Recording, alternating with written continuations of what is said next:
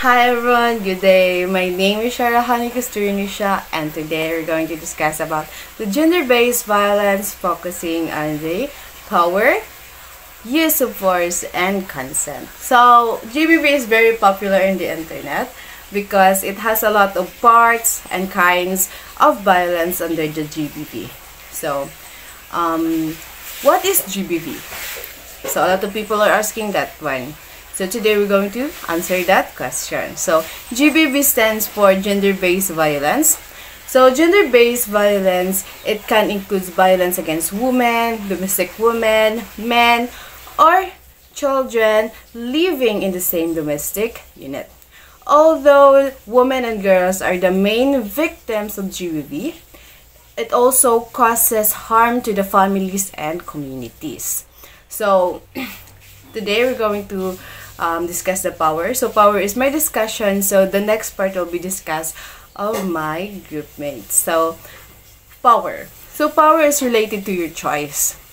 It's either you're going to have the power against those weak people or you have the power to help those people.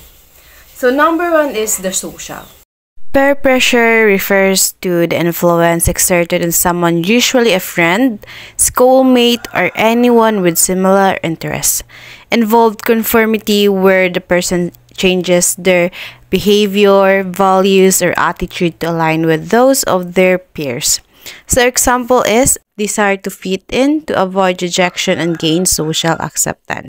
The next one is bullying. So, when people repeatedly and intentionally use words or actions against someone or a group of people to cause distress and risk their well-being. The next one is the economic. So, under the Republic Act 9262, economic abuse, depriving or threatening to deprive the woman or her children of financial support legally through her or her family, or deliberately providing the woman's children. So one of the best examples of economic violence are property damage, restricting access to financial resources, education or the labor market, or not complying with economic responsibilities such as alimony. So now we're going to talk about the political. So political GBV exists to varying degrees in every country. So political is basically to those elected leaders, discriminatory laws, President of the United States.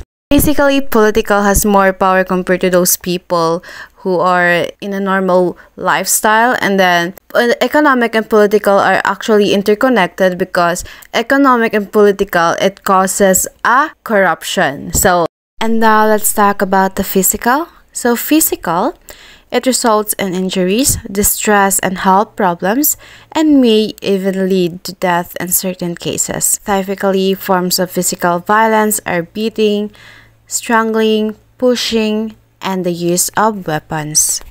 Since we are done with the physical, let's move forward to the gender-based social. So, males are usually in a more powerful position than females. So, the best examples of this gender-based are the sexual harm, domestic violence, female genital mutilation, and psychological abuse. The last one is age-related. So, often the young and elderly people have the less power. It is because of their physical strength and their cognitive function. So, mostly, older people have these common conditions, which is the hearing loss, chronic obstructive pulmonary disease, diabetes, depression, and dementia. And also for the young people, they tend to have this shallow cognitive because they are still developing their cognitive or metacognitive. And that's all for today. Hello, good afternoon everyone. My name is JV Abilino and I was the one who assigned to discuss about the use of force and violence. Force might be physical, emotional, social, or economic in nature. It may also involve coercion or pressure. So, by the way, when we say physical force, it refers to the application of physical energy or strength. And ang usa ka example ani is kanang na usa ka tawo imong gituklod or imong gihapak ng ulo. Mao na ang usa ka example sa physical force, nag-exert ka og force. Mao na siya. And physical force is it can use also by using it as a self-defense, and it can use also in sports, and usually happens just sa nagtabo siya sa conflicts between two persons. That is physical force. And moving on to emotional force. When we say emotional force, isn't a common use term, but it could refer to a power or intensity of emotion in a situation. Example ani is persuasive speech. Ang ginagamit sa mga politiko, mo na sila kanang, or dili lang sa politiko, like example sa a debate.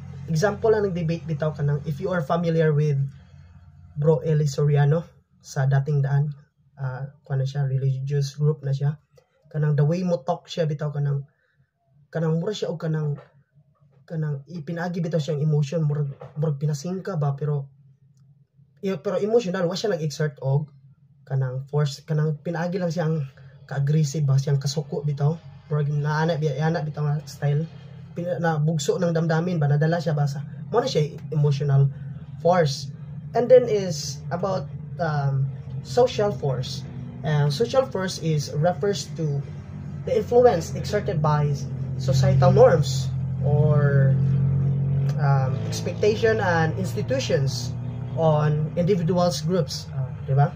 Kanang kuan siya understandable kasi kay it pertains to institution, and we all know the institution is composed of many people, and that's it. It encompasses to pressure and constraints and incentives that shape human behaviors. Example ani is kanang cultural norms, and what else, ang batas sa Pilipinas, di ba, kakuan siya ga-cater siya sa mga social groups, people, economic system, and religious beliefs, and of course political ideologies, di ba? Makumambili ta kanang pagbuto nato kung sa atong piliyon nga kanang kandidato, di ba? Ga-compose siya og mga social groups or people which shape how individuals interact with one another. So that is the social force. And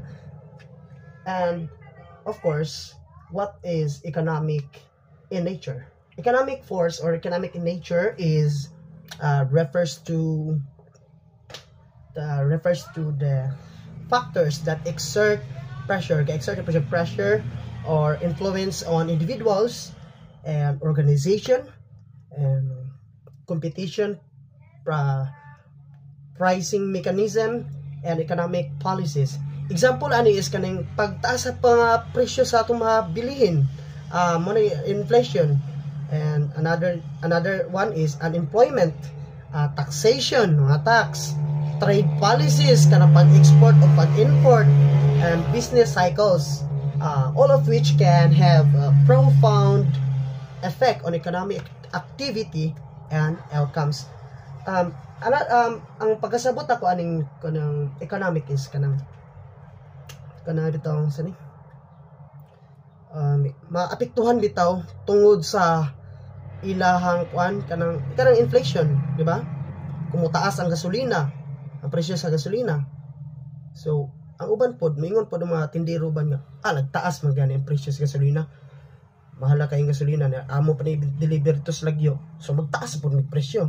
Murag inana bitaw, murag di sila magpalupig ba, magpagkompetensya pod sila. So that is the based on my own manifestation about economic in nature force. So force also includes intimidation. What is intimidation? Intimidation is, example, intimidation is using a tough manner, a tough way to interact with a pertaining person. Kanang mura kag kanang nangisog ka ba aron mahadlok bitaw imong kaistorya, mura kag nang hulga kaniya ba, patyon di karon mura ginana ba kanang dula sa imong pagkakuan sa imong kalagot guro ana mo na intimidation, mga panggulat. How about threats mo ning threats kaning another term sa kuan kanang panghadlok mura na siya magamit na yung kao ka ng nakahawiran na nga deadly weapon nga murag mahadlok siya pagpanghadlok threats. And lastly is the persecution or other forms of psychological or social pressure. One good example ani is kanitong bullying, pang-bully sa usa ka, maybe ang bully ka tungod sa iyang kanang daway siya mo istorya guro, kanang iyang itong kwan, iyang mga sitaw gani. Daway siya mo istorya di para sa tuwa. Example ani kanang mga natay mga igsuuno nato nga mga manubo nya naabot siya sa tuwa, murag di siya bilong ba, murag ato siya discriminate na syempre kato siya nga kwan, kato siya murag makuan maigo yang kwan ba yang mentalidad bitaw na maingon siya nga lang anong inana man na sila lain na nila murag makuan siya ba ubos siya, so naapil na kwan yang kwan na igo siya na kuan ba na nasakitan siya. So mo na example ani persecution. Di lang kay kuan kanang psychology yang pangutok og ihapong social pressure, yang social pod maigo makuan pod ya matandog pod siya. So that is all about force. And let's move forward about violence. So, violence. Violence consists of the use of physical force or other means of coercion such as threat, inducement, or promise of benefit to obtain something from a weaker or more vulnerable person. Kasagara ni gakatabo yun siya sa kwan. Kanang pagpang-hostage, pagpangawat, mga criminal case bitaw. Kani siya, kay ga-exert naman ka o kanang kuan gyud siya, grabe naman yun siya nga ka-aggression bidyo nga gamitan na bitan mo physical mga weapons bitaw, deadly weapons, physical lagi kay siya kanang mga uban bitaw makita niyo sa salida kanang hostage na sila kanang para lang promise of obtain benefit.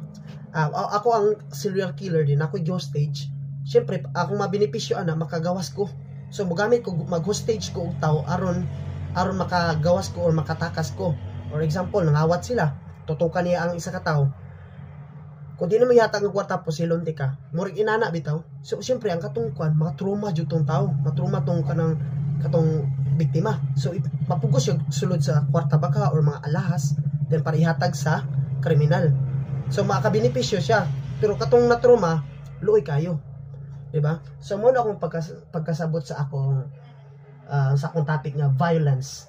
It consists of use of physical force or other means coercion such as threat, inducement. Hadlukon yun mo ba? Ano lang dyan nga makuan sila ang masatisfy raman na kaning mga kriminal o diba? In a way of violence. And violence is the absence of peace. And I guess that would be all for today. Mo na akong discussion about sa use of force and violence. I hope nga nakasabot mo sa akong pag-explain.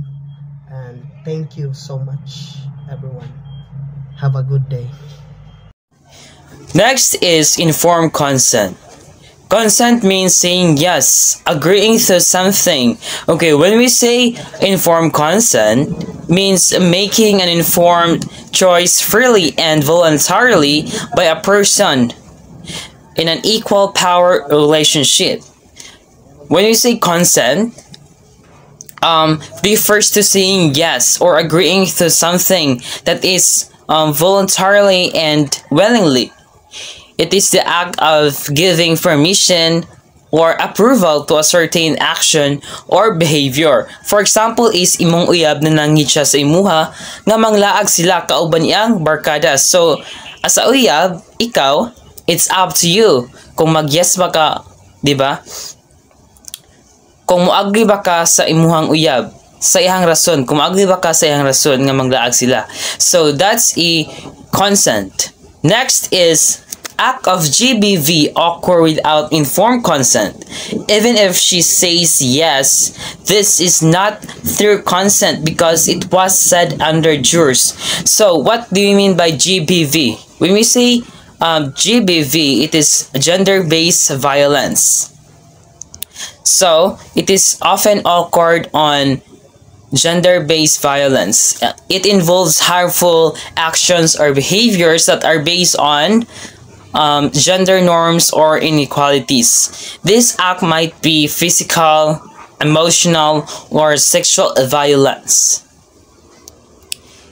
So, even if she says yes, kung napugusa ka, nag-yes ka, katoy mong uyab, na, for example, di ba, nanang siya si Muha, napugos ra ka, ni-yes ka, di siya matawag informed consent because that's not a genuine, no? Dili siya genuine nga pagka-istorya nimo nga yes, napugos ra ka.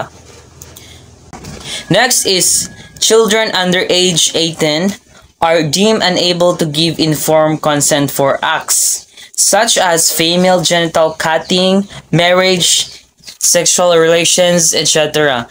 So, ang mga children daw nga below under 18 is dili sila pwede maghatag og informed consent.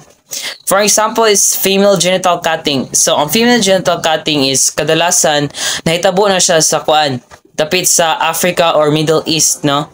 Anong ginabuhat ni is because the practice ni sa ilang culture. Kaning female genital cutting is removing external genitalia, no, sa mga bae. Kada bitong kuan para di sila manguwag kanang putlon ilang kuan external genital para di sila manguwag. So mo na ang kadalasan nahitabo sa Africa. How about sa marriage? So sa marriage, for example, is sa Muslim. Sa mga Muslim siya kahitabo. So, ang parents is siya ang magbuot kung kinsa ang maminyuan sa ilang anak nga bae. So, kato siya is that is not considered an informed consent. Wala siya kanang ang bae is dili siya makatag og willingness or voluntary action kay iyang parents man nagbuot mga kato iyang minyuan, di ba? So, sa sexual relations. So, kadalasan gitabo gapon ni siya sa mga underage 18, no? Kanang mag-uyab-uyab pa, sexual relations. So, yan, makahitabo ang rape. No? So, that's it. Cycle of violence. The cycle of violence refers to repeated acts of violence in a relationship. It starts with a minor incident and moves on to more serious levels of violence. The cycle of violence may start in a child who is a victim or witness to violence and may be repeated when the child becomes an adult. In his photo, the mother is defending her son from his violent spouse, and the child sees what his father is doing to his mother. In this case, when the child grows up, he may repeat what his father did to his mother since he witnessed it and believes it is okay. The impact of being a victim or a witness to violence on a child is traumatic. It can make a child scared, unhappy, lonely, lose self-confidence, blame themselves, lose sleep, and pick up fights with peers. Children should understand that having conflict is right, but resolving conflict through violence is not right. When children understand that violence is not acceptable, they will grow up into adults who respect other people. That's all, and thank you.